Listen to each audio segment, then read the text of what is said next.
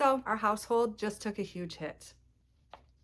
Our monthly income dropped $1,576 in just out of nowhere, basically. A couple weeks ago, my husband lost his part-time job, and that means that we are now having to comb through our budget and find out how we can make up the 1,576, I think it is, dollars that was coming in for the last 3 years. And I've been writing about frugal living on saving dollars and cents for almost 20 years, or has it been 20 years? Since 2008. And so you would think that when a situation like this happened, I would just know right what to do. But I'll tell you, it's a little different when you're sitting at your own kitchen table, looking at your budget, trying to figure out what it is that you have to do to get through this. And going, how are we gonna find $1,576 to make up for the $1,576 we had began to count on month after month? Over the course of 3 years, it was very much a part of our budget. And really, that's a pretty big hole to fill. And so I thought, we're gonna have to figure this out. So why don't we figure it out together? And maybe you'll wanna come along and see how I'm gonna do this as well. Because I know we're not the only ones who have been through a situation where our income was cut almost overnight. Maybe your hours were cut, maybe you lost your job, or maybe you've had an unexpected expense that just really was too big to ignore. Or maybe your income hasn't changed at all, but everything is so expensive now that it feels like your income is tighter and smaller than it once was. No matter what brought you here, I think a lot of us have the same question, which is, what do you do when the money coming in does not match up with the money going out anymore? So I'm gonna show you what we're doing first. And just to be clear, I don't have this all figured out. I'm doing it in real time. So you're gonna see me as I walk through this whole process and all of my mistakes and all of the triumphs. You're not gonna get a nice tidy little video here of 6 months down the road after I've figured it all out and I can share with you just the wins. We are going to figure this out together in real time. So the first thing I wanna say is the goal here is not necessarily to cut $1,576 from our expenses, because I don't think that's necessarily going to be realistic. Actually, I don't know. We're going to find out. But that's not my goal. We don't need to necessarily cut the $1,576, but what we do need to do is close the gap between the amount that we have and the amount that we need. And cutting the expenses and closing the gap, those aren't necessarily the same thing. And so some of it might very well be from cutting expenses, and some of it might be from changing how we're spending our money. And some of it might be from selling things we already own and just trying to find new and unusual ways to bring in the extra money that we've lost. And so instead of thinking or saying that I need to cut $1,576 this month, I'm instead thinking to myself, how can I find $1,576 this month? And honestly, that just feels a lot more doable to me, especially in the moment when I'm trying to figure this out month by month. Now, we're not gonna panic here because I have always advocated for some of these things from when we lived on very little. And if you haven't watched the video I did on how to survive lean times, which is very helpful for a situation like this, I'm gonna go ahead and put it somewhere up here. I am not a big YouTuber, you guys. I just wanted to come on here and share the things that I know with all of you so that we can all learn how to live a more abundant life on what we have. And so I will post that video wherever YouTube puts it, up here. I think it is somewhere up here. But go check that video out after this one. And so when something like this happens, I think it's natural for the immediate reaction to be something like this. Cancel everything. No more coffee. We're never going out to eat again. We're going to eat beans until 2027. And honestly, if you're in a true financial crisis, you might actually need to do some of those things.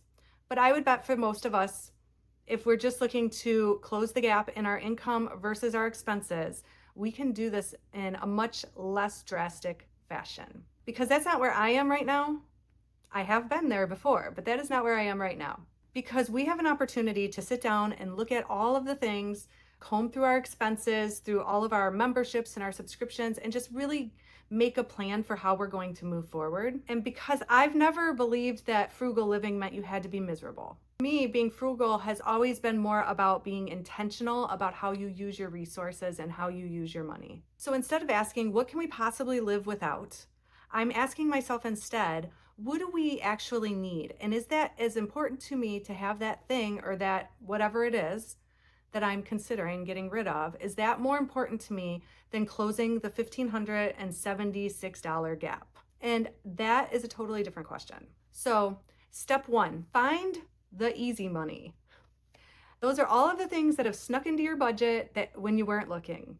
I'm talking about things like subscriptions, memberships, apps, streaming services, and automatic renewals. All of those $5, $10, $15, $20, all of those little fees that come out every single month, they're nothing on their own necessarily, but they add up so fast. And you don't notice them when you're not looking for the money. But when you start looking for the money, you might decide that some of those things just aren't as important to you as they once were. Because when things are comfortable, that $9.99 getting withdrawn every single month out of your account, it's not that big a deal. But when you're looking for $1,576, $9.99 has a whole different look to it. And so I'm going through my bank now and I'm looking at every single recurring charge. And I'm asking myself these questions. One, do we actually need this? Do we actually use it? And would I sign up for this thing again if it were today? And I love that last question because sometimes we're paying for things simply because we've just always paid for them. We kind of just get used to seeing that debit come out of our account every single month. And if we took some time and really considered, are we using it? You might be surprised at what you could get rid of. And so if I wouldn't pull out my credit card and subscribe to that thing again today, it's gonna go. And so some of the things that I'm already thinking of as I'm talking about this with you is a membership group that I joined as part of my small business. It's a group of bloggers that get together. I don't really check in on that very often, and I don't think it's as valuable as it once was when I originally signed up 2-3 years ago. So I think that's probably going to be one of the first things that I'm going to consider getting rid of. I know that I'm also paying for iCloud storage.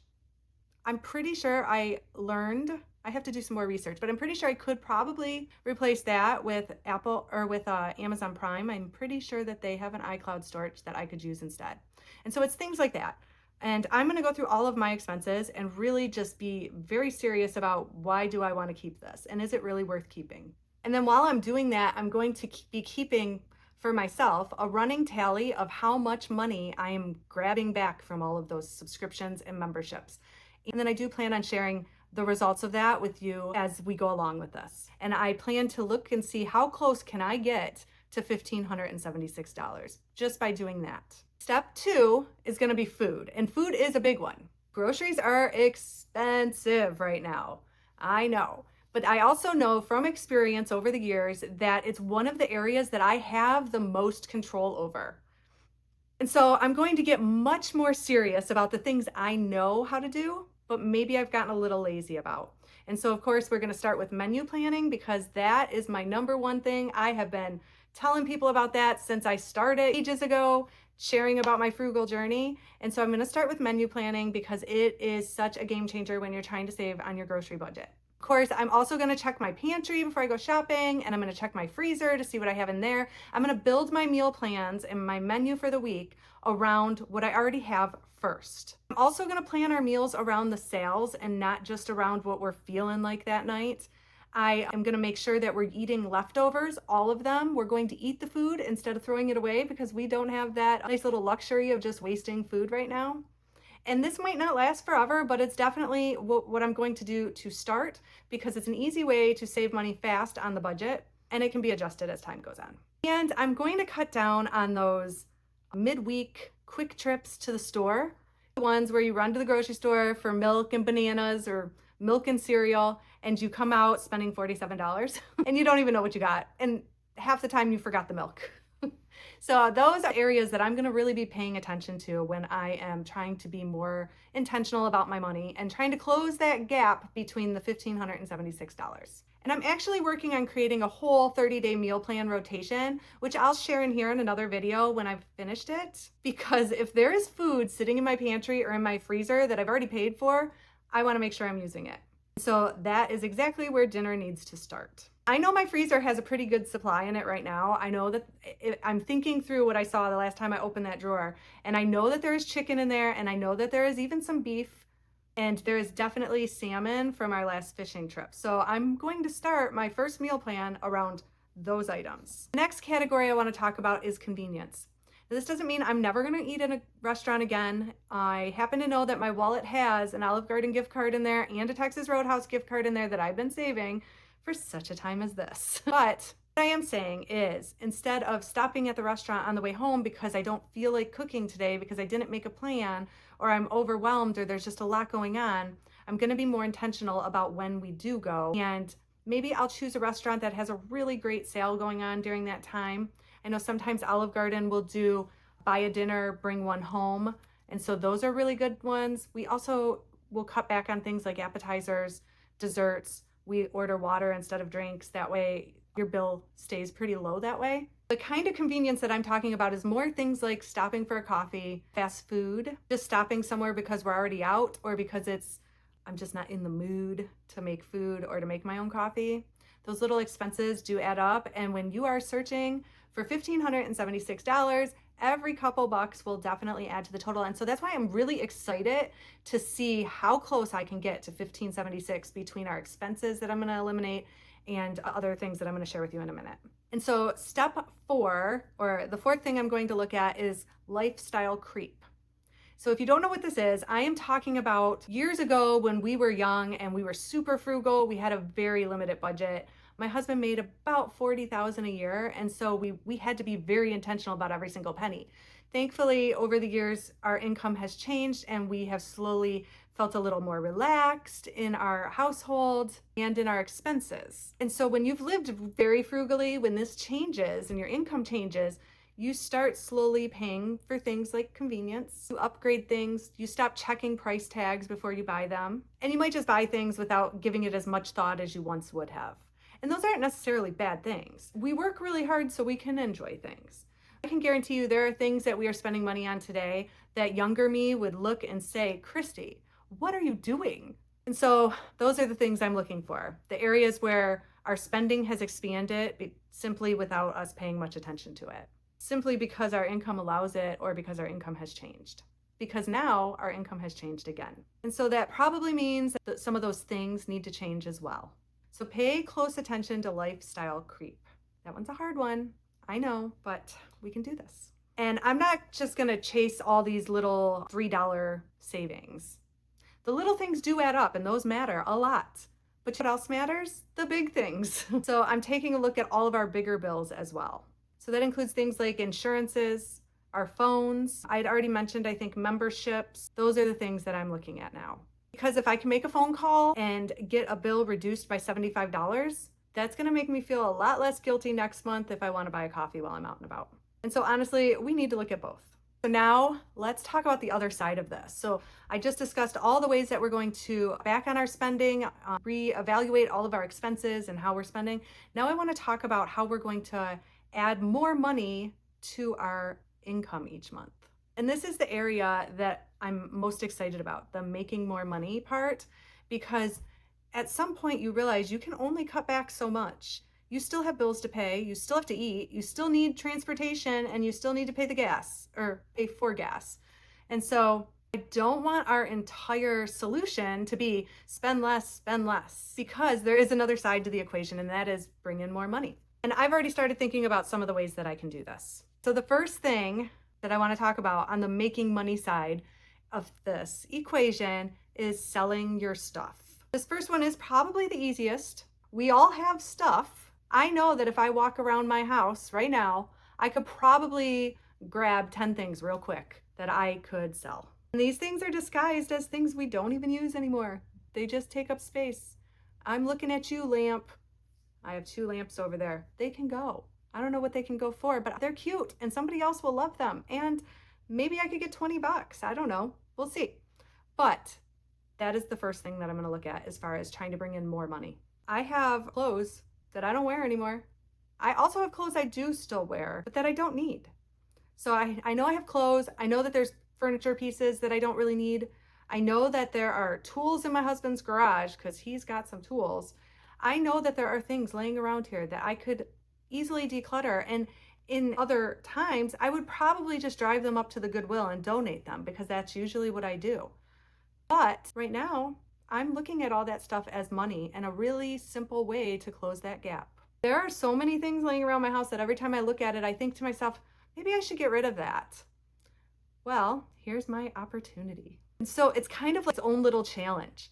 How much money can I make getting rid of stuff I don't use anymore? Can I make $100? I don't know. Maybe 300, maybe 500. I don't know. But I'm going to try. And then the other thing that I've been thinking about is, can I make more money doing what I'm already doing? So I'm thinking I can look at how I'm already making money. And for me, that is my online business. I have been doing saving dollars and cents since 2008. And so thankfully, I do already have a business that generates some income. I realize that's not going to be the answer for everyone. That just works for me right now. But maybe you could work some extra overtime. Maybe you could take up some babysitting, DoorDash, Instacart, freelancing in some way. Maybe you could pick up another part-time job, sell something that you're making. I'm not super crafty, so I've never been good at that. But I know people sell all kinds of things. You can sell sourdough bread, you can sell crafts, you could sell blankets, I don't know. Sell something if there's something that you're good at making. My niece sells the cutest homemade sewed, is sewed a word? But they're like these little caps that she wears as a surgical tech, and she sells those, and they're so cute, and it's a great little side hustle for her. Maybe pet sitting. I don't know. Whatever works for your life. Just try to think up some very unique and unusual things that you can do just to bring in a few extra dollars. But for me, I'm asking myself right now, is there more I can do to bring in more income? Could I publish more blog posts? I don't know. Could I improve what's already on my website in some way? Could I be more intentional about the stuff that I'm producing? I don't know. I'm just thinking out loud right now. I'm just thinking of all these different things and trying to figure out where can I work harder, I guess, because right now I need to work harder. Are there any projects? You guys don't know this, but I have so many ideas that never become a reality because I just have so many ideas. So maybe I need to go and look at some of those old project ideas and make some of them a reality. And honestly, YouTube is part of that. I've wanted to be more consistent about putting videos up here anyway, and so I feel like this is just that nudge to get me to follow through on that. So maybe part of replacing the income that we've lost is really just working on the things that we've already built and making them better. I have no idea how much money that will add to our income, but I'm going to track it because maybe the answer isn't $1,576 in cuts. And this is where it gets interesting because maybe we only are able to cut $1,000 from our expenses each month, but maybe then I can find $579. Is that what it is? $1,579. Yes. So maybe we could cut $1,000 and I can find $579 to make up the difference. Or maybe we can cut $700 and then I can bring in an extra $879. Maybe I sell $500 of stuff one month and then the next month I need to think up another solution because I obviously won't be able to just keep selling my stuff forever. I don't really know what the numbers are going to look like, but that's why I want to share this with you. And I was hoping that you would want to follow along as I do. And I'd like to share this in real time as we're actually going through it and share the things that work and the things that don't. I don't want to wait 6 months and just come back here and share with all of you the success story, this perfectly packaged, we made it through this terrible time when our income was hit with such a big loss and we did it perfectly, because it's not real. What I want to do is show you how we actually walk through this for real. The good things, the bad things, the things that work, the things that don't. And I want to know, what I really want to know is, can I close that $1,579 gap? That's what I'm trying to figure out. And so that brings me to the $1,579 challenge. So here's what I'm going to do. I'm going to make this my $1,579 challenge. And every time I come back in here to update you, I'm going to share 3 numbers: the expenses we've cut, the money we've made, and how much is still left in that gap. I'm going to share what we cancel, what we stop buying, what changes I make in our groceries, what I sell, the different ways that I try to make extra money, what's worth doing, and probably some of the things that I'll realize were a complete waste of time. Because I want this to be real. I don't want it to be curated. And so this whole experience has just really reminded me why I started savingdollarsandcents.com in the first place. All those years ago, 2008, in the middle of the night. It's because life changes, and sometimes very quickly. You could be fine one month and then something completely unexpected happens. A job changes, hours get cut, your car breaks, you have a medical expense you weren't expecting, you have a big bill just show up in the mail, or everything It just keeps getting expensive for whatever reason. And then suddenly your budget just doesn't work anymore.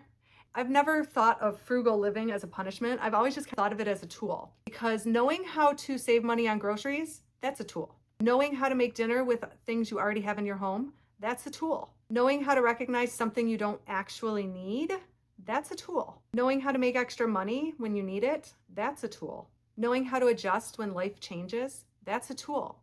And right now, we're adjusting. And so that's where we are. We suddenly have $1,579 less coming into our household each month, and we're gonna have to figure out what to do about that. I don't know exactly how much we're going to be able to cut, and I don't know how much we're gonna be able to make. And I definitely don't have all the answers, but I'm going to bring you along as I figure it out, and we can figure it out together. And I'd really love to hear from you. So leave a comment below. If you suddenly had to find an additional $1,579, what would you do? What expenses would you cut? Where would you find extra money? Do you sell things? What would be the very first thing you would do? Leave me a comment below and let me know, because I have a feeling you guys are going to give me some ideas that I hadn't already thought of. And right now, I need all the ideas. And if you want to see if we're actually able to close that gap, make sure that you hit the subscribe button. That way you can see the videos that I put out as I put them out, and you can follow along in real time with me, because I'm going to actually share the real numbers. $1,579. Let's see if we can do it. I've talked to you a lot about what we're going to do, what I'm planning to do, what I'm going to look at, but here's what I'm actually doing this week right away, because I don't want this video just to be a video where I give you a bunch of ideas that I'm not going to do myself. $1,579. Let's go. One, I'm canceling some of our streaming services. So the first thing that I'm tackling is our streaming services. This is one of those areas that I was talking about earlier that are, for us, a lifestyle creep. I actually am not 100% sure which streaming services we have right now, because I tend to sign up for them when they're on a membership special, and then they just hang out there. I never unsubscribe. I shouldn't say never, I do, but I know I need to go through and unsubscribe again. So I know for a fact that we have Amazon Prime and we have Paramount Plus. I'm pretty sure we have Apple TV and Hulu, and I know we have Netflix because I just knocked Netflix down from, I think it was like $20 a month, which is crazy, because when I started with Netflix years and years ago, when they were brand new and they used to send the movies in the mail, does anybody remember this? They used to actually send the movies in the mail, and you would watch them, and then you would mail them back, and they would send you the next movies that you wanted. Yes, before they were a streaming service, that's what they were. And so I started with them all those years ago, and I'm pretty sure when we started, it was like $2 a month or something. I don't even remember, it was that long ago. But I realized a month or so ago that we were paying $20 a month. That's crazy for Netflix. And they don't even put out that much new stuff anymore. So I had lowered my membership down to $6.99, I think it is now, and we have to watch commercials, which whatever. That took a little getting used to, but it's fine. But I do think that we have some other streaming services that I'm not remembering, and so I think I need to talk to Rich about what he wants to do about Netflix, because he loves his Netflix. And I need to go through and eliminate the streaming services. I know I will keep Paramount Plus, and I know I will keep Prime, because I get both of those free with my Amazon Prime and my Walmart Plus membership. They're included in your membership price. It's one of the perks of the membership, which there are so many. So for me, those are two memberships that I will not be getting rid of yet. But I am going to look at all of our streaming services, because that is definitely where lifestyle creep has crept in, and we just don't pay close enough attention to those expenses going out each month. So that's where I'm going to start this week. And I'm thinking about Netflix now, and even though it's only $6.99 a month, and that's really not that much, but I think it's $85 a year. And so when you're trying to find $1,579, suddenly $85 looks a little different. So we'll see what happens with that. I'm also thinking of those questions earlier. And so if I were to sit down today, if I didn't have Netflix, if I were to sit down today, would I sign up for it today? That is something that we're going to have to really seriously consider. Knowing that we have Amazon Prime and Paramount Plus, is this another streaming service that we need to have right now? Doesn't mean we can't get it again later, too. Anyway, so we'll see what I end up deciding to do with that. So Netflix is officially on the chopping block, I think. We'll see. The other thing that I want to look at this week is our internet bill. I pay $109 a month for internet, and it's a lot, I know, but I need good internet for my business, and the only service provider that we have had access to where we live is Xfinity, and so I pay for an upgraded plan of theirs. I would love to be able to find another option, and I do every so often look into this, because I'm just hoping and praying that one day we will have more than one choice. Right now we have Xfinity. I could do Starlink, and I've seriously considered that. But when I look into Starlink, it's going to end up being $109 a month, I think it was the last time I looked. And that is what I'm currently paying. So I don't know that it's a better option, but it is another option. So just with having to try to find some money to close that gap, I think it's definitely worth revisiting. And so that's on my list for this week. So I'm going to look at my streaming services. I'm going to look closely into our internet options. And just to be transparent, I realize that not everything that I look into is necessarily going to result in bringing me a savings or extra ability to close that gap, but I still have to investigate it. I have to know, am I getting the best deal?